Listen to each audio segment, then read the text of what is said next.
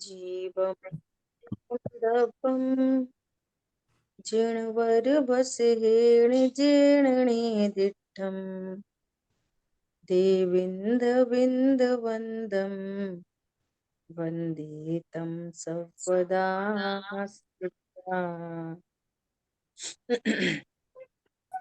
द्रव्यजी ग्रंथ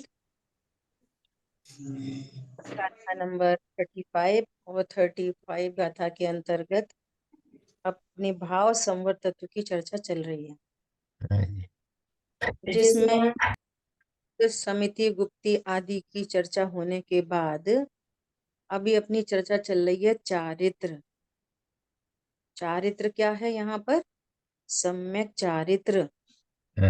सम्यक चारित्र अर्थात संवर तत्व, सम्यक चारित्र अर्थात धर्म, सम्यक चारित्र अर्थात वीतराग परिणति, है ना, के बात चल रही है। तो इसमें चारित्र के 5 भेद कहे: सामायिक, छेदोपस्थापन, परिहार विशुद्धि, सूक्ष्म सांप्राय और यथाख्यात चारित्र। तो अब बात चल रही है, अपने लास्ट क्लास में शुरू किया था परिहार विशुद्धि चारित्र, सॉरी छेदोपस्थापना, है ना। तो इसका स्वरूप यहाँ पर 2 प्रकार से कहा गया। क्या कहा गया 2 प्रकार से? एक निश्चय छेदोपस्थापना और एक व्यवहार छेदोपस्थापना, है ना। तो अपन पहले व्यवहार को समझते। हालांकि लास्ट क्लास में चर्चा हो गई थी। व्यवहार छेदोपस्थापना अर्थात कि मुनिराज की भूमिका में जो 28 मूल गुण होते हैं, इन 28 मूल गुणों में ही कोई अतिचार लग जाए तो वो क्या हो गया? छेद। और फिर अपने को वापस प्रायश्चित आदि के द्वारा उस अतिचार को दूर करते हैं और वापस निरतिचार 28 मूल गुणों का पालन होता है। तो ये हो गया व्यवहार छेदोपस्थापना। और निश्चय क्या है? निश्चय, निश्चय में तो जो 28 मूल गुण के विकल्प हैं वे ही छेद हैं। समझ आ गई? परमार्थ में अपने स्वरूप से च्युत हो जाना है। सामायिक चल रही है तो वो सामायिक की वृद्धि हो, परम सामायिक कंटिन्यूअस बनी रहे ना। समझ में आ रही बात? आप तो गुण वीतरागी हो, अनंत दशा को प्राप्त करो, परंतु परंतु देखो पहली लाइन कैसी है: जब एक साथ समस्त विकल्पों के त्याग रूप परम सामायिक में स्थित नहीं हो पाते, उसमें स्थित होने में जीव अशक्त होता है ना। तो फिर क्या होता है? तो फिर व्रत आदि के भाव उत्पन्न हो जाते हैं। तब क्या होता है? व्रत के परिणाम, 28 मूल गुण के व्रत के, महाव्रत के परिणाम उत्पन्न होते हैं। तो ये महाव्रत के परिणाम ही छेद है। समझ आई बात? सभी लोग अपना फोन म्यूट कर लें प्लीज, बहुत आवाज आ रही है। ठीक है? जो 28 मूल गुण के परिणाम हैं वे ही परम सामायिक में छेद हैं। तो मुनिराज वापस 28 मूल गुण से वापस फिर निर्विकल्प अनुभूति में आते हैं, तो अपने को स्थापित करते हैं। छठवें से फिर सातवां, फिर सातवें में ज्यादा देर तक रुक नहीं पाते तो फिर छठवां हो जाता है। छठवें में रुकते हैं तो फिर वापस स्थापित करते हैं अपने आप को। समझ आ रही बात? ये है निश्चय, ये है निश्चय छेदोपस्थापना। और 28 मूल गुणों में ही यदि कोई अतिचार लग जाए तो फिर उसका भी करेक्शन करते हैं उसमें भी, तो वो हो गया व्यवहार। ठीक है? ऐसा देखो, समस्त हिंसा असत्य, चोरी, अभ्रम और परिग्रह से तो विरत हैं, सो तो व्रत है। इस प्रकार इस 5 प्रकार के विकल्प भेद द्वारा व्रत रूप छेद हो गया। देखो, परम सामायिक में जब ठहर नहीं पाए, अशक्त हो गए, तो फिर इन विकल्पों में आ गए, भेद रूप विकल्पों में आ गए, छठवें गुण स्थान में आ गए। आत्मा का विकल्प चल रहा, या देव शास्त्रु का विकल्प चल रहा है ना, या कोई राग उत्पन्न हो गया, आहार आदि का विकल्प हो गया, या तो फिर गमनादि का विकल्प हो गया, या फिर शिष्यों को उपदेश देने का विकल्प हो गया, या तो प्रतिक्रमण देने का विकल्प हो गया। एनी विकल्प, वो एनी विकल्प क्या है? व्रत होने से क्या है वो? भेद रूप होने से, बहिर्लक्ष्य होने से वो छेद है। हाँ जी। समझ आ गई बात? हाँ जी। ये व्रत रूप छेद द्वारा, देखो, व्रत रूप छेद द्वारा रागादि विकल्प रूप साबद्यों से अपने को निवृत्त करके, देखो, फिर निशुद्धात्मा में स्वयं को स्थापित करता है, वो छेदोपस्थापन है। व्रत हुआ वो तो छेद हुआ, वो वापस निशुद्धात्मा में स्वयं को स्थापित किया, वो क्या हो गया? स्थापन, छेदोपस्थापन। ठीक है, क्लियर है? अथवा छेद अर्थात व्रत के भंग होने पर निर्विकल्प स्वसंवेदन रूप निश्चय प्रायश्चित से, अथवा उसके साधक बहिरंग व्यवहार प्रायश्चित से अपने आत्मा में स्थित होना, वह छेदोपस्थापना है। छेद हो जाने पर, व्रत भंग हो जाने पर अपने को क्या करना? वापस निर्विकार स्वसंवेदन रूप, ये निश्चय प्रायश्चित है। ये निश्चय प्रायश्चित क्या है? जैसे बाहर में कुछ गड़बड़ हुई और वे प्रायश्चित लिया, ठीक है, आज आज है ना, मौन रहेंगे। ये मौन रहेंगे, ये तो व्यवहार से प्रायश्चित नाम पाता है। निश्चय प्रायश्चित क्या है? वापस निर्विकल्प अनुभूति, स्वसंवेदन के बल से। क्या कहा? स्वसंवेदन के बल से उस विकार को, उस अतिचार को मिटा देना, वो है निश्चय प्रायश्चित। वापस स्वशुद्धात्मा में स्थापित होना, ये निश्चय प्रायश्चित है ना। देखो, यहाँ 2 प्रकार से इस चारित्र की व्याख्या की गई है। सुनो, अब और सरल करते हैं गुरुदेव श्री। कैसे? मुनिराज अभी अल्पज्ञ हैं। मुनिराज अल्पज्ञ है ना, कि सर्वज्ञ हैं? मुनिराज तो अल्पज्ञ हैं, सर्वज्ञ तो अनंत सिद्ध होते हैं। तो मुनिराज अभी कौन है? अल्पज्ञ, है ना। देखो, मुनिराज को अल्पज्ञ कह रहे हैं, और इस जीव को किसी को बोल दो, अरे आप तो बड़े अल्पज्ञ हो, तो उसे बुरा लग जाता है। जो पहला गुण स्थान वर्ती अपने को सर्वज्ञ समझता है, हमें तो सब आता है। और यहाँ मुनिराज के लिए लिखा जा रहा है, 3 कछार चौकड़ी के भाव की वीतरागता वाले हैं, द्वादशांग के पाठी, अल्पज्ञ, और ये कुछ नहीं जाने, तो क्या कहता है? हम सर्वज्ञ, हमें सब आता है, हमें मत सिखाओ ज्यादा, हमें तो सब आता है। देखो, समझने की बातें हैं बहुत, है ना। मुनिराज अभी अल्पज्ञ हैं। जब वे संपूर्ण विकल्प के त्याग रूप परम सामायिक में नहीं रह पाते, तब उन्हें हिंसा, असत्य, चोरी, अभ्रम और परिग्रह के त्याग रूप पंच महाव्रत के परिणाम होते हैं। बहुत सुंदर चर्चा है, आगे बहुत ध्यान से समझने जैसी है। जब वे परम सामायिक में नहीं रह पाते, तो उन्हें हिंसा, झूठ, चोरी, कुशील, परिग्रह के परिणाम न हो, तो ऐसे पंच महाव्रत के परिणाम होते हैं। और पंच महाव्रत के परिणाम नहीं हो तो फिर क्या होगा? हिंसा आदि के परिणाम हो जाएंगे। शुभ भाव नहीं हुए तो अशुभ हो जाएंगे। निर्विकल्प अनुभूति से बाहर आए तो यदि शुभ नहीं हुआ तो फिर नियम से अशुभ होएगा। जिसको अशुभ हो गया उसको नियम से शुभ नहीं होएगा।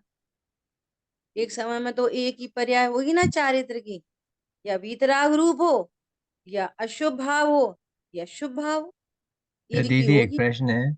ये हम्म। पांच महाव्रत के भाव भी छेद है। हाँ, यही तो बात चल रही है। हम्म। देखो कितना स्पष्ट लिखा है, कितना स्पष्ट लिखा है, व्रत रूप छेद द्वारा। सोचो जब यही छेद है तो तुम्हारे तो पता नहीं कितने बड़े बड़े होल हैं। समझ में आ रही बात? पता है जब चर्चाएं होती हैं, किसी से कुछ कहना सुनना होता है, तब भासित होता है कि कहना सुनना कितना आसान है, और तत्व ज्ञान सचमुच में कितनी दुर्लभतम वस्तु है। दुर्लभतम वस्तु है। अभी अशुभ भाव का ही निर्णय हो तो बहुत बड़ी बात समझना। शुभ परिणाम का निर्णय हो जाए तो बहुत बड़ी बात समझना। खाना पीना, उठना बैठना, टीवी फ्रिज कूलर, नौकरी पे जाना, पैसा कमाना, किसी को ऐसा लग रहा है कि ये अशुभ परिणाम है, ये त्यागने योग्य है? उल्टा क्या लगता है, जरूरी है। जरूरी है, बताओ। कमाए नहीं? बताओ, कमाएंगे नहीं क्या? क्या खाएंगे नहीं क्या? क्या बच्चे नहीं पालेंगे क्या? अरे बात ये नहीं चल रही पालेंगे कि नहीं पालेंगे, खाएंगे कि नहीं खाएंगे। बात ये चल रही है कि तुम ये पहचान करो कि ये अशुभ भाव है कि शुभ भाव है, ये पहचान करो पहले। समझ में आ रही है बात? पंडित साहब का ही प्रवचन आया, पंडित साहब ने कहा कि जिसको अभी पाप का ही पक्ष नहीं छूटा वो तो ना व्यवहार जैन भी नहीं है। ये तो बना।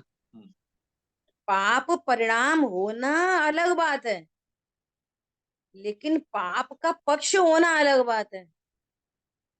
तो हम दिन भर का माला फेरते रहें?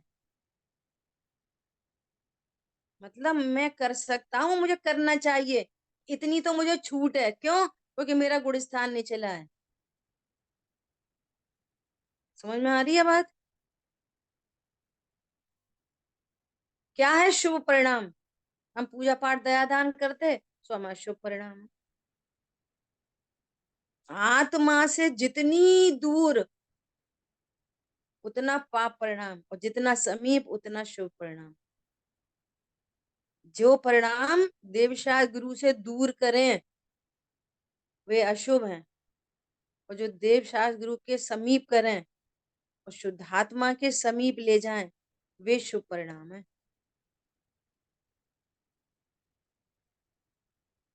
दया दान पूजा पाठ चलती रहे और आत्मा जीरो, देव शास्त्र गुरु का स्वरूप ही नहीं पता, तो वो पाप परिणाम ही है। ऐसी अद्भुत बात है। देखो क्या कह रहे हैं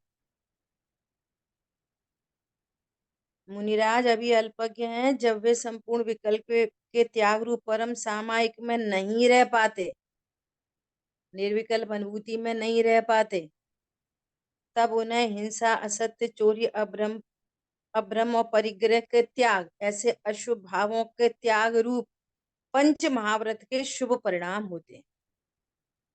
ठीक है, अब थोड़ा सरल हुआ। जब निर्विकल्प अनुभूति में नहीं रह पाते तो अशुभ का त्याग द्वारा, अशुभ का तो त्याग है उनको, और पंच महाव्रत रूप शुभ परिणाम होते हैं। ठीक है।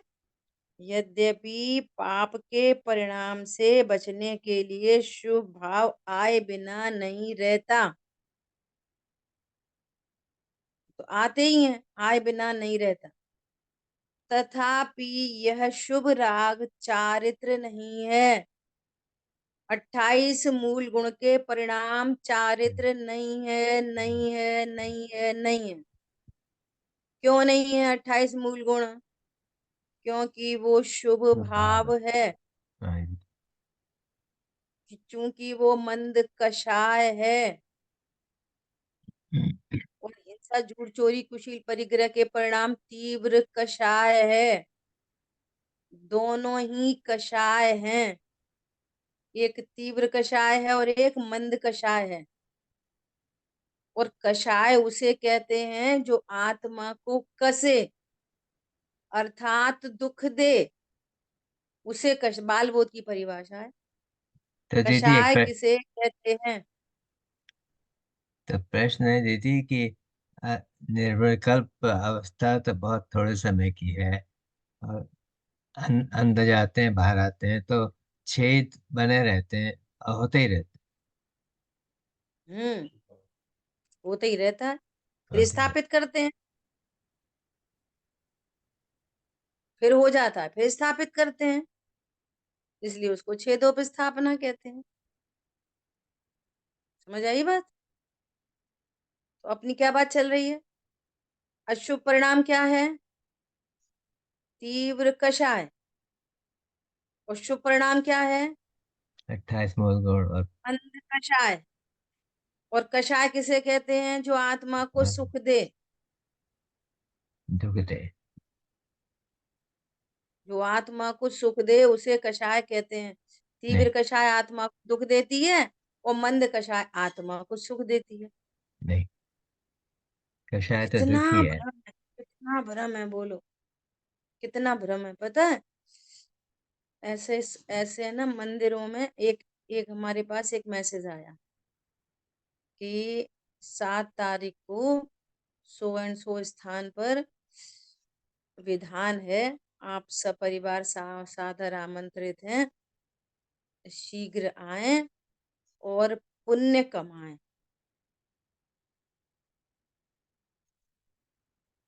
बोलो क्या करें? क्या कमाएं? बंद बंद बंद कमाए बंद। आत्मा, आप शीघ्र आए और आत्मा को कसें। उसका भावार्थ लिखो, पुण्य कमाएं। समझ में आ रही है बात? हाँ जी। देखो फिर से समझना, जो अज्ञानी है ना, तत्व ज्ञान नहीं करता ना, तो फिर व्रत करें कि नहीं करें, फिर वो उसमें जाएं कि नहीं जाएं, विधान में जाएं। अरे प्रभु, आने जाने की बात नहीं चल रही है। बात ये चल रही है कि वे शुभ भाव जीवों को गुण स्थानों में, निचले गुण स्थानों में होते हैं।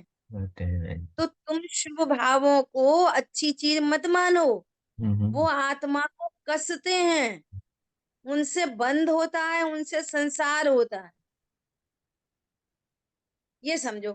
अशुभ हम्म। परिणाम उत्पन्न हो तो काम की चीज मत समझो। अशुभ भावों को भी, कमाने का भाव आया, अब वो तो हम्म। आया तो आया ही है, वो अदला बदला तो जा नहीं सकता। हम्म। लेकिन आप इतना समझोगे कि ये तीव्र कषाय रूप परिणाम है, प्रभु इस परिणाम से क्या बनता है? ये तो आत्मा को तीव्र कसते हैं, और मंद कषाय रूप आत्मा को मंद कसते हैं, दोनों ही कसते हैं। तो तीव्र कषाय उत्पन्न हो तो स्वरूप समझ लो, और मंद कषाय उत्पन्न हो तो समझ लो। ना हटाने की बात है, ना मिलाने की बात है, भेद विज्ञान की बात है। ना पाप कम करना है, ना पुण्य कम करना है। वे तो होते हैं शुभ अशुभ भाव। तो शुभ हुआ तो उसको भला जानकर मत चाहो। ये तो अशुभ को ही भला जानकर चाहता है। क्या बोला? अभी तो अशुभ को ही भला जानकर चाहता है। यहाँ तो शुभ भावों को भला जानकर मत चाहो। सही को ज्यों का त्यों जानो बस। जैन शासन इतनी बात है, जीव हूं, जीव को जीव जानो।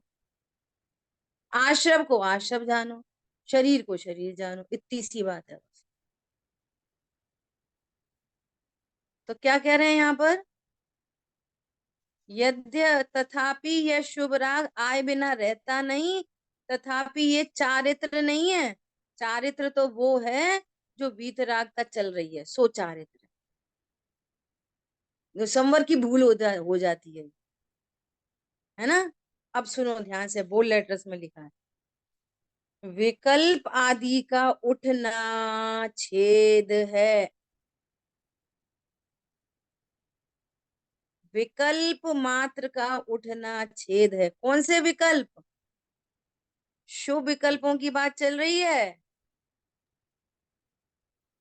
हम्म, अशुभ विकल्प तो छेदा है, बड़े बड़े, वो तो उनकी तो बेकाय के छेद हैं।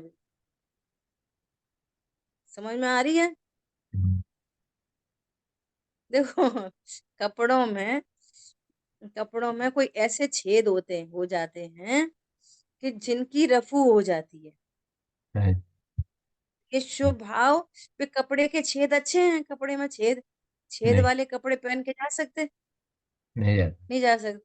क्या करते हैं, कुछ छेद इतने छोटे होते हैं, उन छोटे छेदों की बात चल रही है यहाँ पर। हाँ, और अशुभ तो कपड़ा फट गया। हम्म, अशुभ भाव तो कैसे हैं, कपड़ा फट हाँ, गया, जिनकी रफू नहीं हो सकती। हाँ जी, वो तो गुणस्थान गिर गया। हम्म, समझ में आ रही है? अशुभ भाव कैसे हैं, कपड़ा ही फट गया।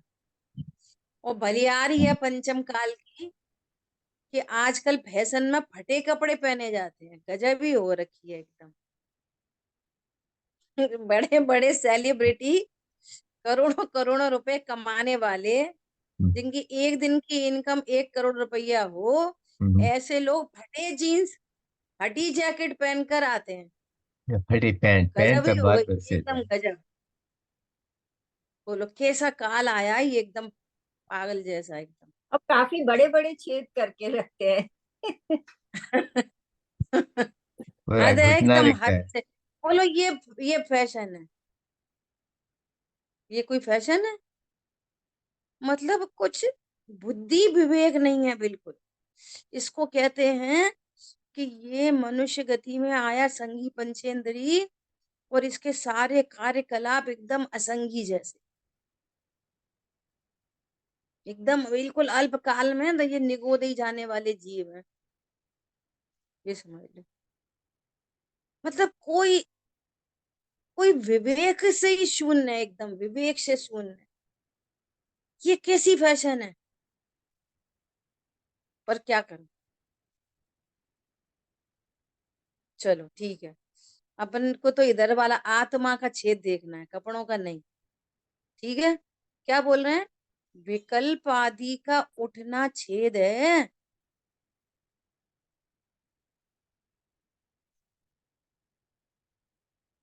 कितनी, अगर अपन इसकी व्याख्या करें ना, बिल्कुल ब्रैकेट पूरा ओपन कर दो, छठवां गुण स्थान मतलब शुभ विकल्प।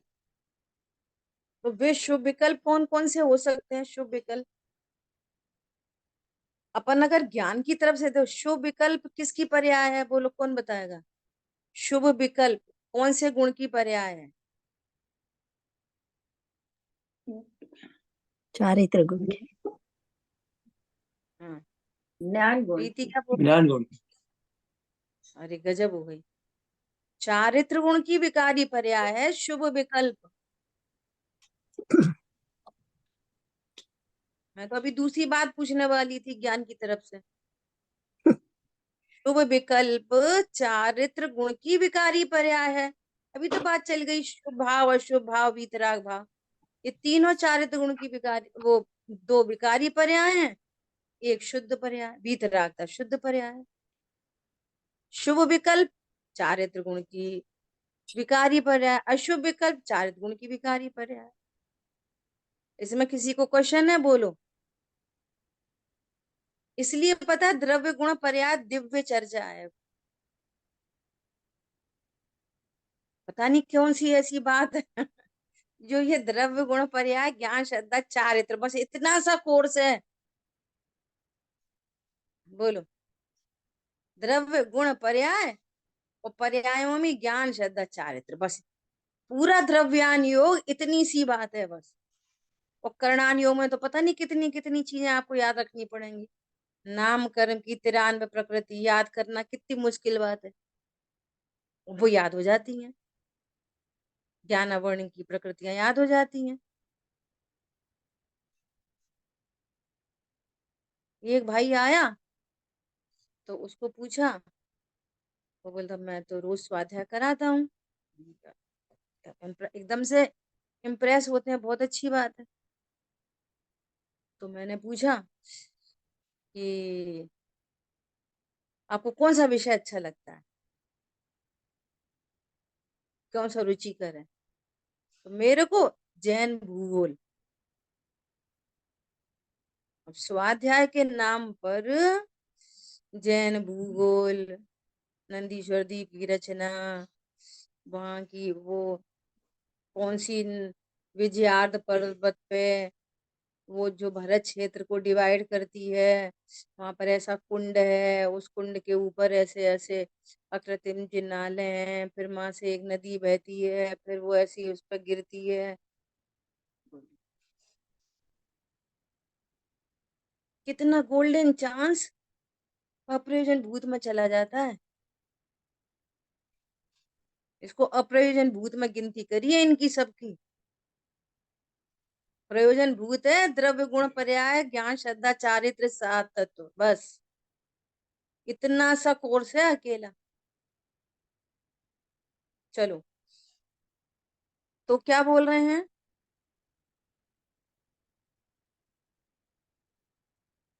कि हाँ, मैं क्या कहना चाह रही थी, ये छेद का यदि अपन ब्रैकेट ओपन करें कि ये छेद किसको कह रहे हैं, तो चारित्र गुणों की पर्याय में जो विकल्प उत्पन्न हुआ, शुभ भाव उत्पन्न हुआ, उसको यहाँ पर छेद कह रहे हैं। और ज्ञान गुण की पर्याय से देखें अगर, तो ज्ञान गुण की पर्याय में क्या होगा, जिस समय चारित्र की परिणति में राग होगा, उसी समय ज्ञान गुण की पर्याय में क्या होगा, बहिर्मुखी उपयोग। उस समय उपयोग स्वभाव सन्मुख नहीं हो सकता। जिस समय राग की पर्याय बन रही है, उस समय ज्ञान की पर्याय में क्या होता होगा, लॉजिक से बोलो, कि उपयोग बहिर्मुखी होगा नियम से, है ना। छठवा गुणस्थान बहिर्मुखी उपयोग, सातवां गुणस्थान निर्विकल्प उपयोग, अंतर्मुखी उपयोग। क्लियर है, इसमें किसी को समस्या नहीं है। अब सुनो, छठवें गुण स्थान में जो बहिर्मुखी उपयोग है, तो उसमें क्या क्या हो सकता है, जहाँ राग भाव चल रहा है या बहिर्मुखी उपयोग है। मान लिया किसी को उपसर्ग हुआ, तो उपसर्ग का ज्ञान हो सकता है, वो छठवा गुण स्थान। शुभ देवशा, उपयोगी होगा छठे में। हाँ है ना। अरे, देवशाह गुरु के विकल्प हो सकते, छठवें गुण स्थान में क्या क्या हो सकता है, देवशाह गुरु के विकल्प हो सकते, अशुभ तो होंगे नहीं। शिष्यों को उपदेश देने का विकल्प हो सकता, हम्म, स्वाध्याय का विकल्प हो सकता, शास्त्र लिखने का। शास्त्र लिखने का विकल्प हो सकता। हम्म, अब सोचो, शास्त्र लिखने का विकल्प छेद है, समझ में आ रही है बात। शिष्यों को उपदेश देने का विकल्प छेद है। हम्म, पॉइंट पकड़ में आ रहा है। हाँ जी। देव का लक्ष्य हुआ, छेद है। क्यों, तुम निर्विकल्प रहो ना, परम सामायिक में क्यों नहीं ठहरते। हम्म, समझ में आ रही है बात। देखो इसका जीवंत उदाहरण, वे पांच पांडव परम सामायिक में ठहर गए, हम्म, है ना। परम सामायिक में ठहर गए, बाहर में उपसर्ग चल रहा है, आग से अग्नि से तप्तायमान लोहे हम्म, के आभूषण पहना दिए गए, उपसर्ग चल रहा है, वो भी तीन मुनिराज तो निर्विकल्प सामायिक में ही ठहरे रहे, हाँ जी। उनको छेद नहीं हुआ। और जय जय नाथ परम गुरु होए, जय जय नाथ परम। और जिनकी प्रणति में छेद हुआ, अरे ये मुनिराज कैसे इसको सहन करते होंगे। आयु का बंद हो गया, सर्वार सिद्धि, देखो छेद का फल। समझ में आ रही है बात? गुड़स्थान गिर गया, अतिचार लग गया, अनाचार हो गया, आयु का बंद हो गया, और देह छूट गई, और मर के सर्वार सिद्धि। ये है छेद का फल। कोई चौथे पाप गुणस्थान में। परिणाम तो नहीं आ रहा था उन नकुल सहदेव मुनिराज को, कोई पाप भाव तो नहीं था। नहीं था। फिर क्या था? अरे अपने अपने साधर्मी भाई नहीं, भाई नहीं, भाई देखते तो बहुत गुणस्थान नीचे गिर जाता, फिर तो सर्वार सिद्धि भी नहीं जा पाते। हाँ जी। क्या कहा? यदि वे भाई देखते ना उन्हें, रहा तो शुभ। सर्वार सिद्धि भी नहीं जा पाते फिर तो। हाँ जी। भाई नहीं देखा, क्या देखा? ये सहधर्मी मुनिराज, ये कैसे इस उपसर को सहन करते होंगे। ऐसा एक शुभ भाव आ गया, छेद हो गया, और उसी समय आयु बंद हो गया। तो आयु बंद का फल क्या हुआ?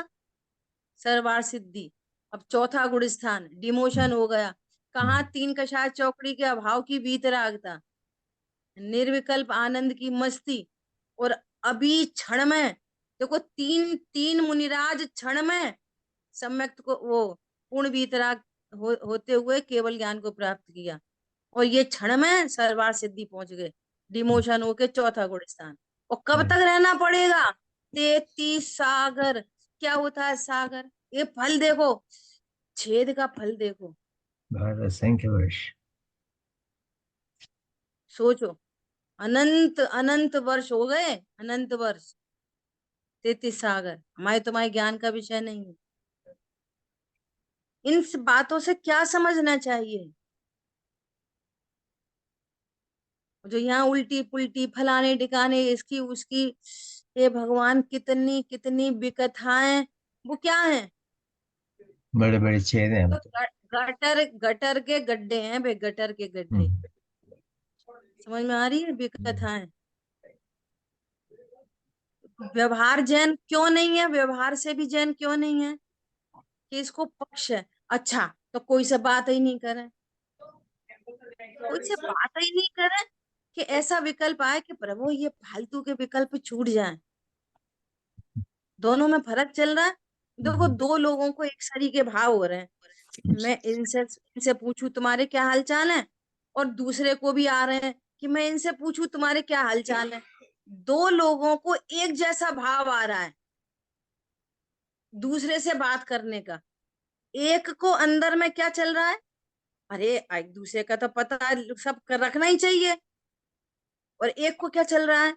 प्रभु ये विकल्प भी कब छूटे। दोनों ही बात कर रहे हैं एक जैसी, दोनों ही गप्पे लड़ा रहे हैं, गप्पे बोल दो, गप्पे लड़ा रहे हैं एक जैसी। एक को अंतरंग में क्या चल रहा है? अरे कितना मजा आता है, दूसरों से तो बातें करनी चाहिए, अपने शुभ घर भाव। वालों की तो खबर लेनी चाहिए। और एक को क्या लग रहा है? ये विकथा, ये पाप रूप विकल्प कब छूटे, तेरी मेरी ये कब छूटे। वो कर तो वो भी रहा है, वो तो उसको भी रही है, लेकिन जमीन आसमान का अंतर। उसको उन अशुभ होते हुए अशुभ का पक्ष नहीं है, और इसके होते हुए अशुभ का पक्ष पड़ा है। ये अनंत संसारी है, और वो अल्प काल में छूटने वाला है। बाथरूम। देखो देखो, इसको ही कहते हैं क्रमबद्ध में होना, कि चाहता नहीं है, क्या करें तो भी हो रहे, क्या करें, करें क्या,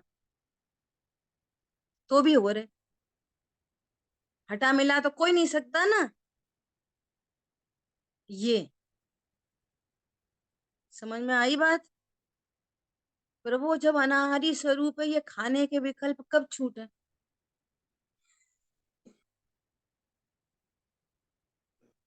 पॉइंट पकड़ में आ रहे नहीं आ रहे? हमने छेदो उपस्थापना समझ लिया। मुनिराज को होता है ऐसा, मुनिराज को अरे मुनिराज के स्वरूप को बताकर हमारी परिणति में देखने को कहा है। क्लियर हो गई बात? ये छेद बहुत सुंदर विकथाएं जी। क्या है? हाँ, विकथाएं क्या है?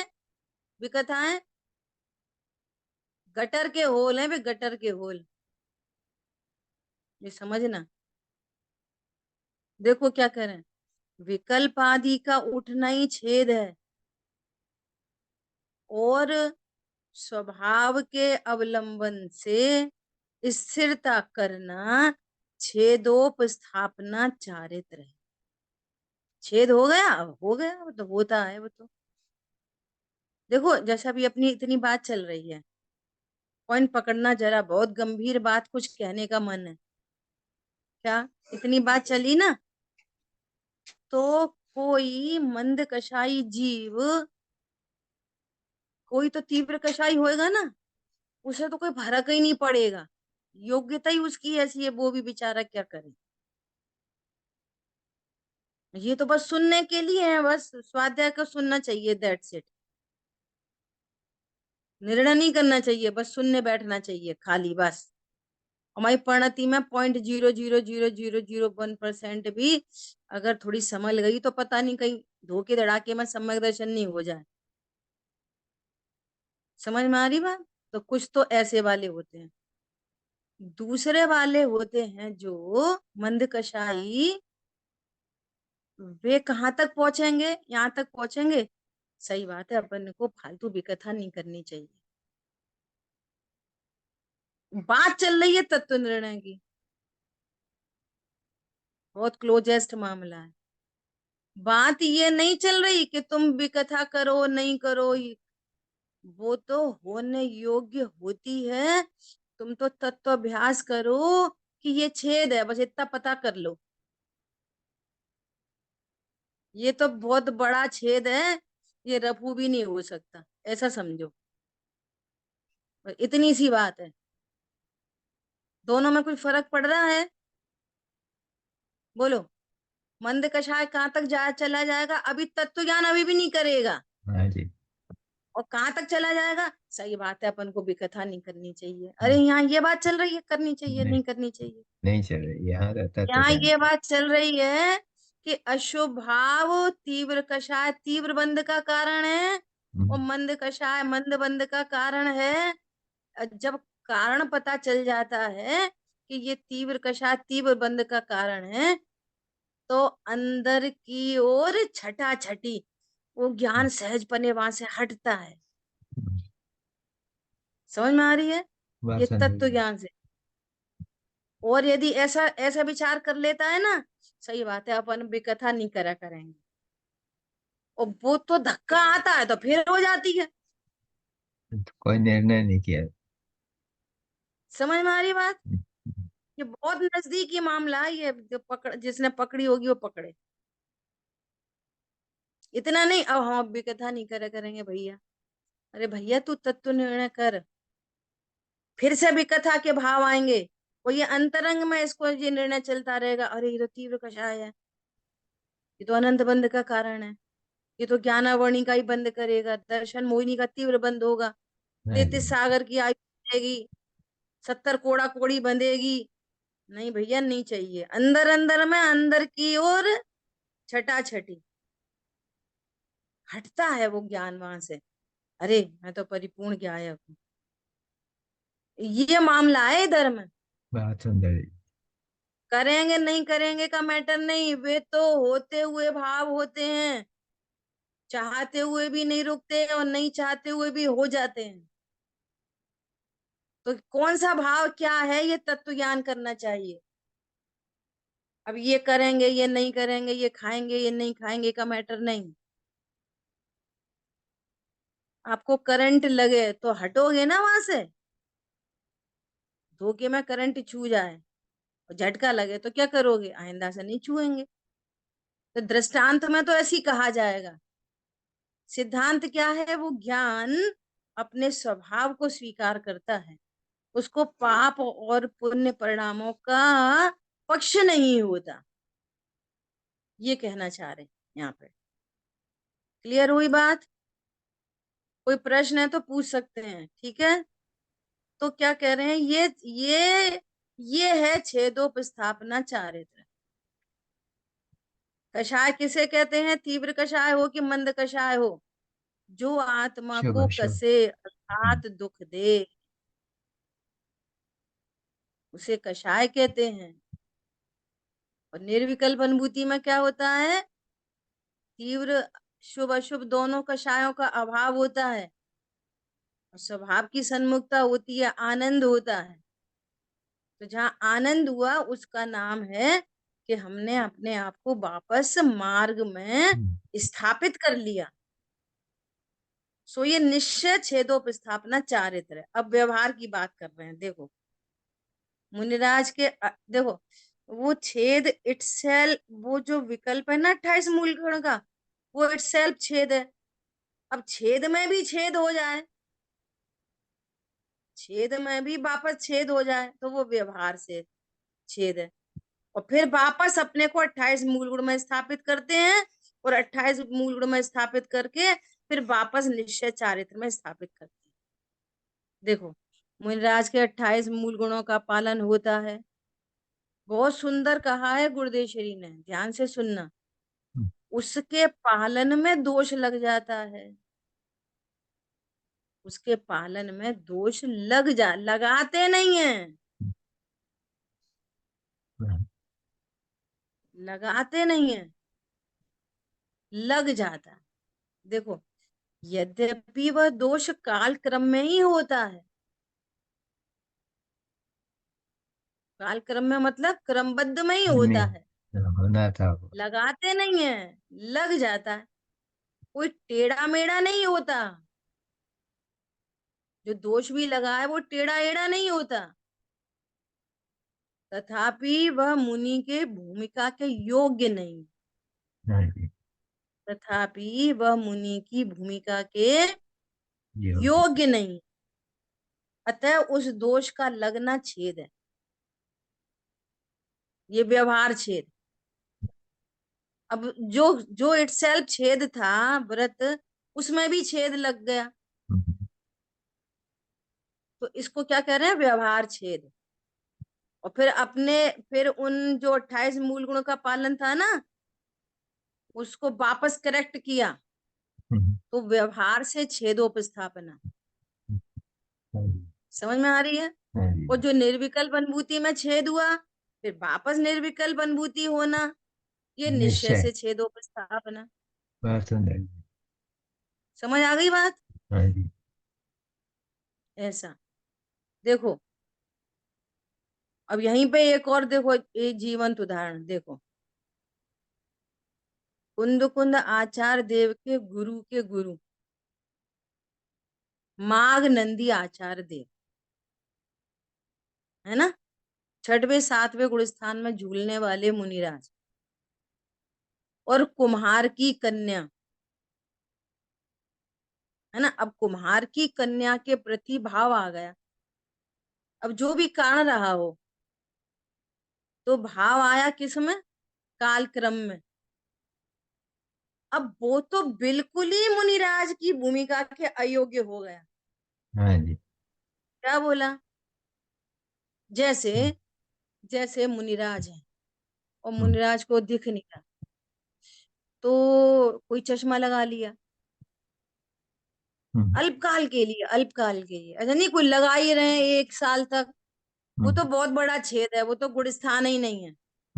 अल्पकाल के लिए मान लिया, 10 मिनट के लिए लगा लिया, 1 घंटा, जो भी, मैं तो उदाहरण से बात कर रही हूँ, है ना। ये तो मूलाचार आदि से पता चलेगा वो कितनी देर का छेद होता होगा, है ना।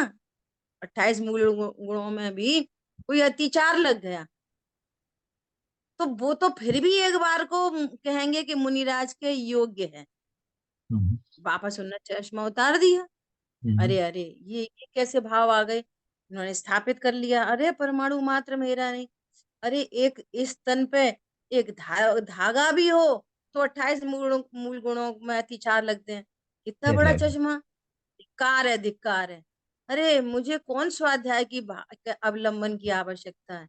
अरे हम्म, मैं तो ऐसे ऐसे विचारों से हम्म, वापस उन्होंने चश्मे में का त्याग किया और हम्म, 28 मूल गुणों में अपने आप को स्थापित किया। तो हम्म, चश्मा लग जाना भी, मैं तो दृष्टांत दे रही हूँ इसको, वो हम्म, मत रख करना, हम्म, है ना। हम्म, चश्मा लग जाना भी फिर एक बार को मुनिराज के योग्य कह दो। हम्म, एक हम्म, कुमार की कन्या, ये तो बिल्कुल योग्य नहीं रहा। हाँ जी, तो ये तो गुणस्थान ही गिर गया, हाँ जी, ये तो चौथा गुणस्थान हो गया। और सम्यक से नहीं गिरे अभी भी। देखो अंतरंग में आप अगर समझने की कोशिश करो, बहुत गजब की बात है। कुम्हार की कन्या से शादी होने पर भी अंतरंग में ये परिणाम नहीं है कि मैं परद्रव्य को भोग सकता हूँ और परद्रव्य से सुख है। गजब की बात है। क्या कहा, इसलिए गुणस्थान चौथा का चौथा बना रहा। अब वो और पुत्र की प्राप्ति हुई, अब समझो साल भर रहे हो, 2 साल रहे हो, जो कुछ भी टाइम हो, और फिर ऐसा प्रसंग बना कि संघ में से प्रश्न पूछा गया और फिर उन्होंने वापस अपने को स्थापित, सब छोड़ छाड़ के फिर वापस स्थापित कर लिए अपने आप को, वापस भावलिंगी सन। सबसे पहले कपड़े आदि का त्याग किया, है ना, नग्नता को स्वीकार किया, सो ये व्यवहार छेद, और फिर नग्नता होने के बाद वापस परम सामायिक के द्वारा भावलिंगी पने को प्राप्त किया। इतने बड़े बड़े छेद को भी भर दिया कालक्रम में। समझ में आ रही बात, कालक्रम में बहुत करते सुंदर। नहीं है। देखो अपन ने 2 उदाहरण देख लिए अभी अभी अपन ने, इस पॉइंट को समझने के लिए। ठीक है, समय तो अपना हुआ है, बस इतनी 2-3 लाइनें देखते हैं। तथापि वह मुनि की भूमिका के योग्य नहीं है, अतः उस दोष का लगना छेद है, और निर्विकार आत्मा के बल से निश्चय प्रायश्चित से उसे नष्ट करना, अथवा गुरु के समक्ष व्यवहार प्रायश्चित लेकर, देखो व्यवहार, व्यवहार छेद को व्यवहार प्रायश्चित से पूरा करेंगे और निश्चय छेद को निश्चय प्रायश्चित से पूरा करेंगे। ठीक है, व्यवहार प्रायश्चित लेकर आत्मा में स्थिरता करना छेदोपस्थापना चारित्र है, या निश्चय और व्यवहार दोनों की बात साथ साथ की है। क्लियर है।